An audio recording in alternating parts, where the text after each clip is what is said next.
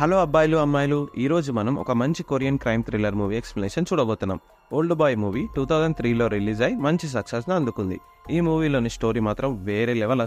అసలు మీరు ఇలా కూడా మూవీ ఉంటుందా అని అనుకుంటారు. ఇలా కూడా ఒకరు రివెంజ్ తీసుకుంటారా అని ఆలోచిస్తారు. వన్ లైనర్కి వస్తే మూవీ హీరోని ఒకడు కిడ్నాప్ చేసి దాదాపు 15 సంవత్సరాలు ఒక రూమ్ లో బంధిస్తాడు. అతను బయటికి వచ్చాక అసలు ఎందుకు అతన్ని కిడ్నాప్ చేశారో కనుక్కోవాలి. అండ్ లాస్ట్ లో వచ్చే ట్విస్ట్ మాత్రం వేరే లెవెల్ ఉంటది. ఇక ఫుల్ స్టోరీలోకి వెళ్లే ముందు నాదొక చిన్న రిక్వెస్ట్. నేను ఎంతో కష్టపడి మంచి మూవీస్ మీ ముందుకు తేయడానికి ట్రై చేస్తున్నాను. ఈ వీడియో గనక మీకు నచ్చినట్లయితే లైక్ చేయండి అండ్ వీడియోని మీ ఫ్రెండ్స్ కి షేర్ చేయండి. ఛానల్ ని సబ్స్క్రైబ్ చేసుకోండి అండ్ నోటిఫికేషన్స్ కోసం వీడియో కింద ఉన్న బెల్ ఐకాన్ ని క్లిక్ చేయండి. మేము ఏ వీడియో అప్లోడ్ చేసినా వెంటనే మీకు నోటిఫికేషన్ అందుతుంది. ఇక కథలోకి వెళ్తే ఓపెనింగ్ సీన్ లో మనకు హీరోని చూపిస్తారు. పేరు డేసు. నైట్ ఫుల్ గా తాగేసి పబ్లిక్ న్యూసెన్స్ చేయడం వల్ల పోలీసులు స్టేషన్ కి తీసుకొస్తారు. అప్పుడే అక్కడికి హీరో ఫ్రెండ్ అయిన జాన్ వచ్చి తప్పైపోయింది సార్, విడిచిపెట్టాను అని పోలీసులు రిక్వెస్ట్ చేసి హీరోని బయటకు తీసుకొస్తాడు. తర్వాత హీరో వాళ్ళ 2 ఏళ్ల కూతురికి కాల్ చేసి నేను గిఫ్ట్ తెస్తున్న బంగారం నా కోసం వెయిట్ చేయని చెప్తాడు. ఆ రోజు హీరో పాపది బర్త్డే, సో గిఫ్ట్ కొని రెడీగా ఉంటాడు. హీరో ఫ్రెండ్ కాల్ మాట్లాడతాడు. కాల్ అయిపోయినాక చూస్తే వెనుక హీరో ఉండడు. గిఫ్ట్ మాత్రం రోడ్డు మీద పడి ఉంటుంది. కట్ చేస్తే హీరోని ఎవరో కిడ్నాప్ చేసి ఒక రూమ్ లో పడేస్తారు. అది చిన్నగా ఉంటది. 2 రోజుల తర్వాత హీరోకి మెలకువ వస్తుంది. చిన్న డోర్ నుండి హీరో బయటికి తల పెట్టి అసలు ఎవరా మీరు, నన్ను ఎందుకు కిడ్నాప్ చేశారు, నేను నా ఫ్యామిలీ దగ్గరికి వెళ్ళాలి, వదిలేయండి అని ఎంత రిక్వెస్ట్ చేసినా సరే వాళ్ళు వదలరు. హీరోకి టైం కి తిండి పెడతారు. అది కూడా 3 పూటలు ఒకటే తిండి. కిడ్నాప్ చేసిన వాళ్ళు అసలు హీరోతో ఏం మాట్లాడరు. కిడ్నాప్ ఎందుకు చేశారు, ఎవరు చేశారు అనేది హీరోకి తెలియకుండానే పోతుంది. ఇలా డేస్ సాగుతుంటాయి. 2 సంవత్సరాల తర్వాత రూమ్ లో టీవీ పెడతారు. టీవీలో హీరో వైఫ్ చనిపోయిందని న్యూస్ వస్తుంది. అది చేసింది కూడా హీరోనే అని పోలీసులు నిర్ధారణ చేస్తారు. పక్కింటోళ్ళు కూడా హీరో వైఫ్ ని వదిలేసి పారిపోయాడు, అప్పుడప్పుడు తాగి వచ్చి ఆమెను కొట్టేవాడు, ఇప్పుడు అతనే ఈమెను చంపాడని అంటారు. యాక్చువల్ గా హీరో వైఫ్ ని ఇతన్ని కిడ్నాప్ చేసిన వాళ్ళు చంపేసి ఉంటారు. హీరో వాడిన గ్లాస్ ని ఇంకా అతని బ్లడ్ శాంపుల్ ని తీసుకుని అక్కడ క్రైమ్ స్పాట్ దగ్గర ఎవిడెన్స్ కోసం పెట్టి ఉంటారు. హీరోకి బయట ఏం జరుగుతుందో తెలియడానికి టీవీ మాత్రమే హెల్ప్ అవుతుంది. ఇంకా హీరో తను ఎన్ని సంవత్సరాలు రూమ్ లో ఉన్నాడో తెలియడం కోసం నెంబర్స్ ని టాటూ లాగా వేసుకుంటాడు. మధ్యలో నెలకు ఒకసారి రూమ్ లో బెల్ సౌండ్ వినిపిస్తుంది. అప్పుడే రూఫ్ నుండి స్మోక్ వచ్చి హీరో నిద్రపోతాడు. ఆ టైంలోనే కిడ్నాపర్స్ వచ్చి హీరోకి హెయిర్ కట్, షేవింగ్ చేసి వెళ్లిపోతారు. ఇలా 15 సంవత్సరాలు హీరో ఈ రూమ్ లోనే ట్రాప్ చేయబడతాడు. కానీ 3 మంత్స్ నుండి హీరో తప్పించుకోవడానికి ప్లాన్ వేసి ఉంటాడు. తనకు డైలీ వచ్చే సుషి ఫుడ్ లో ఉన్న చాప్ స్టిక్స్ ని దాచుకొని వాటితో గోడకి కన్నం పెట్టి ఉంటాడు. అది మెల్లిమెల్లిగా పెద్దగా అవుతూ వస్తుంది. ఇక 1 నెల తర్వాత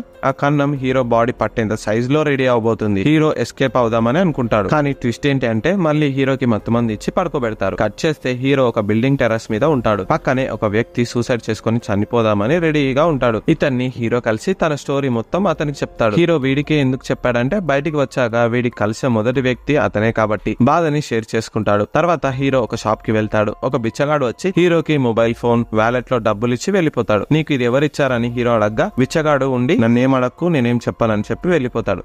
తెలీదు, గుర్తులేదు, మర్చిపోయా. తర్వాత హీరో ఆకలిగా ఉండటంతో ఒక రెస్టారెంట్ కి వెళ్తాడు. అక్కడ హీరోకి హీరోయిన్ పరిచయం అవుతుంది. ఇన్ని రోజులు సప్పడి కూడు తిన్న హీరోకి వెరైటీగా బ్రతికి ఉండే ఏదైనా ఐటమ్ ఇవ్వమని అడుగుతాడు. దీంతో హీరోయిన్ హీరోకి బ్రతికి ఉన్న ఆక్టోపస్ ని ఇస్తుంది. హీరో దాన్ని అలాగే పచ్చిగా తింటాడు, స్పృహ కోల్పోతాడు. కట్ చేస్తే హీరో హీరోయిన్ రూమ్ లో మేలుకుంటాడు.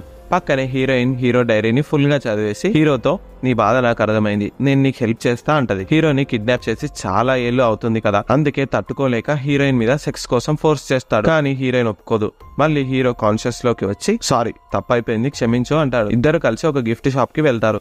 ఆ షాప్ ఓనర్ హీరోకి పరిచయమే. హీరో ఫ్యామిలీ గురించి అడిగితే చాలా ఏళ్ల క్రితమే నీ వైఫ్ చనిపోయింది, తర్వాత నీ కూతురుని ఒక డాక్టర్ ఫ్యామిలీ పెంచింది, అంతవరకు నాకు తెలుసు అని ఆమె అంటుంది. ఆమె హీరోకి 2 అడ్రస్లు ఇస్తుంది.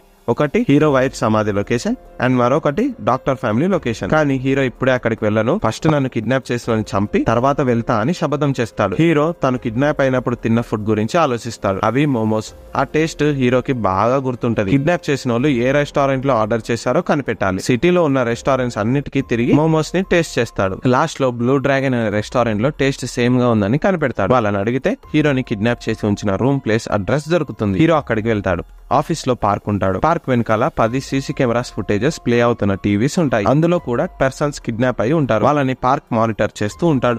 పెద్ద బిజినెస్ మ్యాన్లు ఎనిమిస్ మీద రివెంజ్ కోసం పార్క్ కి డబ్బులు ఇచ్చి కిడ్నాప్ చేపిస్తారు. పార్క్ ఎన్ని రోజులు కావాలంటే అన్ని రోజులు కిడ్నాప్ చేసి రూమ్స్ లో పెట్టుకుంటాడు. క్లియర్ గా చెప్పాలంటే ఇది ఒక ప్రైవేట్ జైలు అనుకోవచ్చు. హీరో పార్క్ ని కొట్టి తనని కిడ్నాప్ చేయమంది ఎవరని అడుగుతాడు. దానికి పార్క్ అతని పేరు నాకు తెలియదు, జస్ట్ కాల్ రికార్డింగ్ టేప్ ఉందని చెప్పి వాడు హీరోకి టేప్ ఇస్తాడు. వెళ్లిపోతున్న హీరోతో పార్క్ మనుషులు ఫైట్ కోసం వస్తారు. హీరో వీళ్ళని ఫుల్ గా కొట్టేస్తాడు. హీరోకి కూడా గాయాలవుతాయి. రోడ్డు మీద పడిపోతుంటే ఒక అతను వచ్చి హీరోకి హెల్ప్ చేస్తాడు. రూమ్ దగ్గర తింపుతాడు. బై డేస్ జాగ్రత్త అని చెప్పి వాడు వెళ్లిపోతాడు. ఇది విన్న హీరో షాక్ అయిపోతాడు. హీరో పేరు అండ్ అడ్రస్ వాడికి తెలుసు అంటే వాడే పక్క విలన్ అని హీరోకి అర్థమైపోతుంది. కానీ హీరో వాడి ఫేస్ ని చూసి ఉండడు. ఇలా హీరో రోజు ఏదో ఒక చోటుకు వెళ్తూ విలన్ ని వెతికే పనిలో పడతాడు. హీరోయిన్ మాన్స్టర్ అనే ఒక సోషల్ మీడియా యాప్ లో ఒక అన్నోన్ పర్సన్ తో చాట్ చేస్తూ ఉంటది. వాడు సడన్ గా డేసు ఎలా ఉన్నాడని పొరపాటున అడిగి చాట్ ని ఆఫ్ చేస్తాడు. ఈ మ్యాటర్ హీరోకి హీరోయిన్ ద్వారా తెలుస్తుంది. అండ్ హీరో తన ఓల్డ్ ఫ్రెండ్ అనే జాన్ ని కలుస్తాడు. వీడినే మనం బిగినింగ్ లో చూస్తుంటాం. ఇప్పుడు వీడికి హీరో తన ఫ్లాష్ బ్యాక్ చెప్పి బాధపడతాడు. జాన్ కి ఒక ఇంటర్నెట్ షాప్ ఉంటది. జాన్ కి హీరోయిన్ తో చాట్ చేసిన అన్నోన్ ప్రొఫైల్ లింక్ పంపుతాడు. సో దీంతో విలన్ అడ్రస్ ని హీరోకి జాన్ ఇస్తాడు. ఆ అడ్రస్ చూస్తే హీరోయిన్ పక్క అపార్ట్మెంట్ అని తెలిసి హీరో షాక్ అయిపోతాడు. అంటే ఇన్ని రోజులు హీరోని విలన్ స్పై చేస్తూ హీరో కదలికల్ని గమనిస్తూ ఉంటాడు. హీరో వాడిని చంపేద్దామని ఆవేశంతో వెళ్తాడు. అక్కడ విలన్ కూల్ గా నిల్చొని ఉంటాడు. హీరో వెళ్ళగానే, నువ్వు నన్ను చంపనక్కర్లేదు, నేనే కొన్ని రోజుల్లో చనిపోతా, ఎందుకంటే నాకు హార్ట్ ప్రాబ్లం ఉంది. నా బాడీలో డాక్టర్స్ మిషన్ ని పెట్టారు, చేతిలో రిమోట్ ఉంది, నాకు అనిపిస్తే ఇప్పటికిప్పుడు చనిపోతా. కానీ దీని వల్ల నీకేం లాభం చెప్పు? నేను నిన్ను ఇన్ని సంవత్సరాలు ఎందుకు కిడ్నాప్ చేసినానో కారణం కనిపెట్టు. వెళ్ళు, నీకు జూలై 5 వరకు టైం ఉంది. ఆ డేట్ లోపు కనిపెట్టాలి, లేకుంటే హీరోయిన్ చంపేస్తా అని విలన్ వార్నింగ్ ఇస్తాడు. తర్వాత హీరోయిన్ ని పార్క్ అండ్ గ్యాంగ్ కిడ్నాప్ చేసి టార్చర్ చేస్తుంటారు. హీరో ఇంతకు ముందు పార్క్ ని వెళ్లి కొట్టుంటాడు కదా, రివెంజ్ కోసం హీరోని ట్రాప్ చేస్తారు వీళ్ళు. కానీ హీరోని చంపకుండా వదిలేయండి, వాడు బ్రతుకుండాలి, నేను వాడికి ఒక పని అప్పచెప్పా అని చెప్పి విలన్ పార్క్ కి కాల్ చేస్తాడు. హీరోని వదిలిపెట్టేందుకు విలన్ పార్క్ కి డబ్బులు కూడా ఇస్తాడు. దీన్ని బట్టి చూస్తే విలన్ ఎందుకు హీరోని కిడ్నాప్ చేశాడో పక్కా రీజన్ హీరోకి తెలియాలని గట్టిగా ఫిక్స్ అయిపోయాడు మన విలన్. హీరో ఇంత పెద్ద తప్పు చేస్తే విలన్ 15 years పాటు హీరోయిన్ ఒకే రూమ్ లో దాచుంటాడు. సో హీరో మళ్ళీ విలన్ డీటెయిల్స్ గురించి సెర్చ్ ఆపరేషన్ నడుపుతాడు. హీరోయిన్ విలన్ గురించి మాన్స్టర్ వెబ్సైట్ లో వెతకగా హీరో అండ్ విలన్ సేమ్ ఒకే స్కూల్లో చదువుంటారని బయటపడుతుంది. కానీ వీడి గురించి హీరోకి ఏం ఐడియానే లేదు. స్కూల్ కి వెళ్లి రికార్డ్స్ లో చూస్తే విలన్ కి ఒక అక్క ఉందని తెలుస్తుంది. పేరు సూ చనిపోయి ఉంటుంది. ఎందుకు చనిపోయిందో తెలియదు. ఆమె గురించి డీటెయిల్స్ అడుగుదామని హీరో మళ్ళీ జాన్ కి కాల్ చేస్తాడు. జాన్ గాడికి విలన్ గురించి పెద్దగా తెలియదు, కానీ అతని అక్క సూ గురించి మాత్రం తెలుసు. సూ ఒక పెద్ద వేశ్య. ఆమె చాలా రిచ్, కానీ క్యారెక్టర్ పరమ చెత్త. ఆమెకు చాలా మంది బాయ్ ఫ్రెండ్స్ ఉన్నారు, వేస్ట్ క్యాండిడేట్ అని హీరోకి చెప్తాడు. ఈ జాన్ మాటలు పక్కనే ఉన్న విలన్ విని జాన్ గాడిని చంపేస్తాడు. కాల్లో హీరోకి నా అక్క వేశ్య కాదు, మంచిది అని విలన్ చెప్తాడు. ఇప్పుడే హీరోకి కొన్ని విజువల్స్ మైండ్ లోకి వస్తాయి. హీరో వెళ్లి ప్లే గ్రౌండ్ లో కూర్చుంటే ఫ్లాష్ బ్యాక్ గుర్తొస్తుంది. హీరో, జాన్, విలన్ ఇంకా తన అక్క సూ ఒకే స్కూల్లో చదువుంటారు. సూ మంచి పిల్ల అండ్ అందగత్తె కూడా. అప్పటికే స్కూల్లో చాలా మంది సూకి ఫ్యాన్స్. ఆ రోజు హీరోకి స్కూల్ లాస్ట్ డే, తను వేరే ప్లేస్ కి ట్రాన్స్ఫర్ అవుతాడు. సో లాస్ట్ డే అని హీరో క్లాస్ రూమ్ లోకి వెళ్లి టైం పాస్ చేస్తుంటాడు. అప్పుడే పక్క రూమ్ లోకి ఒక చిన్న కుర్రాడు కెమెరా పట్టుకొని పరుగులు పెడతాడు. వాడే విలన్. వెళ్లి ల్యాబ్ లో ఉన్న తన అక్క సూని కలుస్తాడు. వాళ్ళిద్దరూ ఫొటోస్ తీసుకుంటూ బాగా ఎంజాయ్ చేస్తారు. ఫిజికల్ గా ఒకటవుతారు. అది సీక్రెట్ గా హీరో చూసి పారిపోతాడు. వాళ్ళు కూడా హీరోని చూస్తారు. ఇప్పుడు మన హీరో నోరు మూసుకొని ఉండకుండా వెళ్లి ఫ్రెండ్ జాన్ కి చెప్పేస్తాడు. ఇది విన్న జాన్ షాక్ అవుతాడు.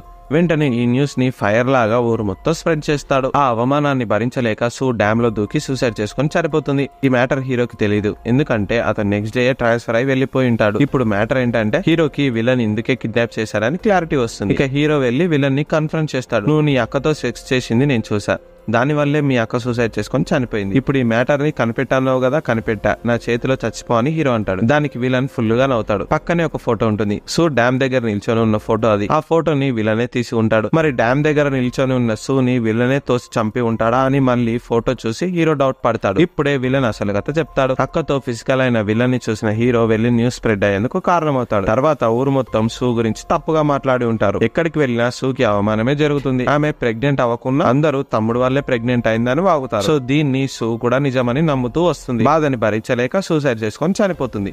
ఇది అసలు కథ. కానీ ఇప్పుడు బెట్ ప్రకారం విలన్ చనిపోకుండా హీరోకి ఒక ట్విస్ట్ ఇస్తాడు. ఒక గిఫ్ట్ బాక్స్ ని హీరో ముందు పెట్టి ఓపెన్ చేయమంటాడు. బాక్స్ లో ఒక ఫోటో ఆల్బమ్ ఉంటది. దాంట్లో హీరో ఇంకా తన ఫ్యామిలీ ఫొటోస్ ఉంటాయి. హీరో కూతురు చిన్నప్పటి నుండి ఏజ్ పెరుగుతున్న ప్రతి ఫోటో అందులో ఉంటుంది. లాస్ట్ గా ఆమె రీసెంట్ ఫోటోని చూసిన హీరో షాక్ అయిపోతాడు. మైండ్ బ్లాక్ అయిపోతుంది. అక్కడ హీరోయిన్ ఫోటో ఉంటుంది. హీరోయినే హీరో కూతురు అని తెలిసిపోతుంది. ఈ విషయం తెలియక హీరో తన కూతురుతో ప్రేమలో పడి ఆమెతోనే సెక్స్ లో పాల్గొని ఉంటాడు. ఇప్పుడు ఈ చేదు వార్తను విన్న హీరో కోపంతో ఊగిపోతాడు. విలన్ ని చంపేందుకు దగ్గరికి వెళ్తాడు. కానీ ఇప్పుడే హీరోకి హీరోయిన్ అయిన తన కూతురు నుండి కాల్ వస్తుంది. విలన్ గిఫ్ట్ బాక్స్ ని హీరోయిన్ కు కూడా పంపుంటాడు. అది ఓపెన్ చేయమంటున్నారు, చేయాలా వద్దా అని హీరోయిన్ హీరోని అడుగుతుంది. అందులో హీరో చూసిన సేమ్ ఫ్యామిలీ ఫోటో ఆల్బమ్ ఉంటది. దాన్ని గనుక హీరోయిన్ చూస్తే నాన్నతో సెక్స్ చేసిన చేదు నిజాన్ని భరించలేని తను సూసైడ్ చేసుకునే ఛాన్స్ ఉంది. ఇప్పుడు హీరోయిన్ తో వద్దు, గిఫ్ట్ బాక్స్ ని ఓపెన్ చేయకు, చచ్చినా ఓపెన్ చేయకు, నా మాట విను అని చెప్పి కాల్ కట్ చేస్తాడు. విలన్ పంపిన రౌడీ హీరోయిన్ వద్దే ఉంటాడు. వాడిని గిఫ్ట్ బాక్స్ ఓపెన్ చేయమంటావా అని విలన్ హీరోతో అంటాడు. దీనికి హీరో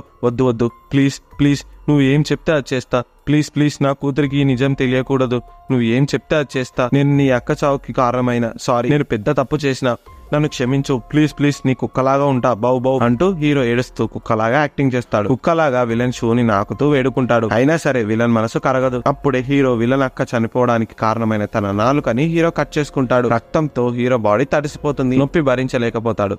అంటే హీరో నాలుక వల్లే అక్క తమ్ముళ్ళ గురించి చెప్తాడు కదా, ఇక దాన్ని హీరో కట్ చేసుకుంటాడు. ఫైనల్ గా ఇక విలన్ నవ్వి రౌడీకి కాల్ చేసి గిఫ్ట్ బాక్స్ ని ఓపెన్ చేయకుండా వెనక్కి తెచ్చేయని ఆర్డర్ ఇస్తాడు. దీంతో హీరోయిన్ కి తన తండ్రి గురించి నిజం తెలియకుండానే దాచబడుతుంది. కట్ చేస్తే ఇప్పుడు హీరోకి విలన్ హార్ట్ మిషన్ రిమోట్ దొరుకుతుంది. రిమోట్ ని ఆన్ చేస్తాడు. కానీ విలన్ బాడీలో ఉన్న మిషన్ ఆఫ్ అవ్వదు. దానికి బదులు పక్కనే ఉన్న మ్యూజిక్ ప్లేయర్ ప్లే అవుతుంది. అందులో హీరో ఇంకా తన కూతురైన హీరోయిన్ తో సెక్స్ లో పాల్గొన్నప్పుడు విలన్ రికార్డ్ చేసిన సౌండ్స్ వినిపిస్తాయి. ఇక ఈ పెయిన్ ని హీరో భరించలేక ఫుల్ గా ఏడుస్తాడు. ఇలాంటి సిచ్యువేషన్ తండ్రికి రాకూడదని హీరో బాధపడతాడు. విలన్ లిఫ్ట్ లో వెళ్లిపోతాడు. ఇప్పుడే విలన్ కి తన అక్క గురించి విజువల్స్ గుర్తొస్తాయి. ఆ రోజు అక్కని డ్యామ్ దగ్గర విలన్ ఫొటోస్ తీసాక షూ అందులో దూకి చనిపోతుంది. నువ్వేం భయపడకు, ఎవరెన్ని అనుకున్నా నువ్వు అంటే నాకు చాలా ఇష్టం, ఈ ప్రపంచంలో నేను బ్రతకలేనని చెప్పి షూ విలన్ ముందే చనిపోతుంది. ఈ బాధనే విలన్ ఇన్నేళ్లు గుండెలో మోస్తుంటాడు. తను ఎంత బాధని అనుభవించాడో అంతకంటే ఎక్కువ బాధని హీరోకి ఇవ్వాలని చెప్పి హీరోని కిడ్నాప్ చేసి 15 ఏళ్లు ఒకే రూమ్ లో పడేస్తాడు. అండ్ హీరోని బయటికి వదిలేక హీరోకి ఇంకా హీరోయిన్ కి హిప్నోసిస్ చేపించి వాళ్ళ పాస్ట్ మెమరీని తుడిచివేస్తాడు. ఇద్దరికి పరిచయం అవ్వడానికి అండ్ లవ్ లో పడిన దానికి విలనే కారణం. ఇలాంటి ఘోరమైన బాధని హీరోకి మిగిల్చిన విలన్ ఇప్పుడు గన్ తో షూట్ చేసుకుని చనిపోతాడు. కట్ చేస్తే చాలా నెలల తర్వాత మూగోడైన హీరో హిప్నోటిక్ స్పెషలిస్ట్ ని కలుస్తాడు. హీరో మొత్తం స్టోరీని చెప్పి ఇప్పుడున్న తన మెమొరీని తుడిచివేయమని రిక్వెస్ట్ చేస్తాడు. దాని వల్ల హీరోయిన్ తన కూతురని మర్చిపోయే ఛాన్స్ ఉంది. సో డాక్టర్ హీరో సిచ్యువేషన్ ని అర్థం చేసుకుని ట్రీట్మెంట్ ఇస్తా అని చెప్తుంది. కానీ దానికి ముందు ఒక మాట చెప్తుంది, ఈ ట్రీట్మెంట్ ని నేను నీ మీద పర్ఫామ్ చేస్తా, కానీ చెప్పలేం, వర్కౌట్ అయితే అవుతుంది లేకుంటే లేదని చెప్తుంది. సరే అని హీరో హిప్నోసిస్ కి రెడీ అవుతాడు. డాక్టర్ ట్రీట్మెంట్ చేసి వెళ్లిపోతుంది. హీరో ఒక చోట సోయి లేకుండా పడి ఉంటాడు. అప్పుడే ఏం అన్యం పుణ్యం తెలియని హీరోయిన్ హీరో దగ్గరికి వస్తుంది. హీరోని లేపి హక్ చేసుకుంటుంది. నిజం తెలియని హీరోయిన్ తన తండ్రికి ఐ లవ్ యూ చెప్తుంది. ఇది విన్న హీరో నవ్వుతాడు. మళ్ళీ వెంటనే ఏడుస్తాడు. ఇద్దరు కలిసి నడుచుకుంటూ వెళ్లిపోతారు. ఇక్కడే మూవీ ఎండ్ అవుతుంది. హీరో ముందు నవ్వగానే మనం ఏమనుకుంటాం, హీరో మెమరీ ఎరేజ్ అయింది, అన్ని మర్చిపోయాడు, సో ఇద్దరు మళ్ళీ ఫ్రెష్ గా జీవితాన్ని గడపడం స్టార్ట్ చేస్తారు అనుకుంటాం. కానీ ఇది ఫేక్ అని చెప్తారు. ఇక్కడే మనం పప్పులో కాలేస్తాం. హీరోకి మెమరీ ఎరేజ్ అయిందా లేదా అని డైరెక్టర్ క్లారిటీగా చెప్పకుండా క్లోజ్ చేసేస్తాడు. అంటే డిసిషన్ మనకి ఆడియన్స్ కి వదిలేశాడు. ఇలాంటి డిఫరెంట్ స్టోరీ లైన్ తో మనం ఇది వరకు ఏ మూవీ అయినా చూసామా? ఇలాంటి మూవీ ఏదైనా ఉంటే నాకు కమెంట్ చేయండి. సినిమాలో కొంచెం సెక్సువల్ కంటెంట్ ఉంటది, చూడాలనుకునే వాళ్ళు జాగ్రత్త. మన టెలిగ్రామ్ ఛానల్ లో జాయిన్ అవ్వండి. కమెంట్స్ లో అండ్ డిస్క్రిప్షన్ లో లింక్ ఇస్తాను. టెలిగ్రామ్ ఛానల్ లో జాయిన్ అవ్వండి. మన వీడియోస్ లో ఎక్స్ప్లెయిన్ చేసుకునే ప్రతి మూవీ అక్కడ దొరుకుతుంది. ఈ వీడియో కనుక మీకు నచ్చినట్టయితే వీడియోని లైక్ చేయండి, షేర్ చేయండి. ఛానల్ ని ఎవరైతే సబ్స్క్రైబ్ చేయలేదో సబ్స్క్రైబ్ చేయండి అండ్ మాకు సపోర్ట్ చేస్తూ ఉండండి. Thank you.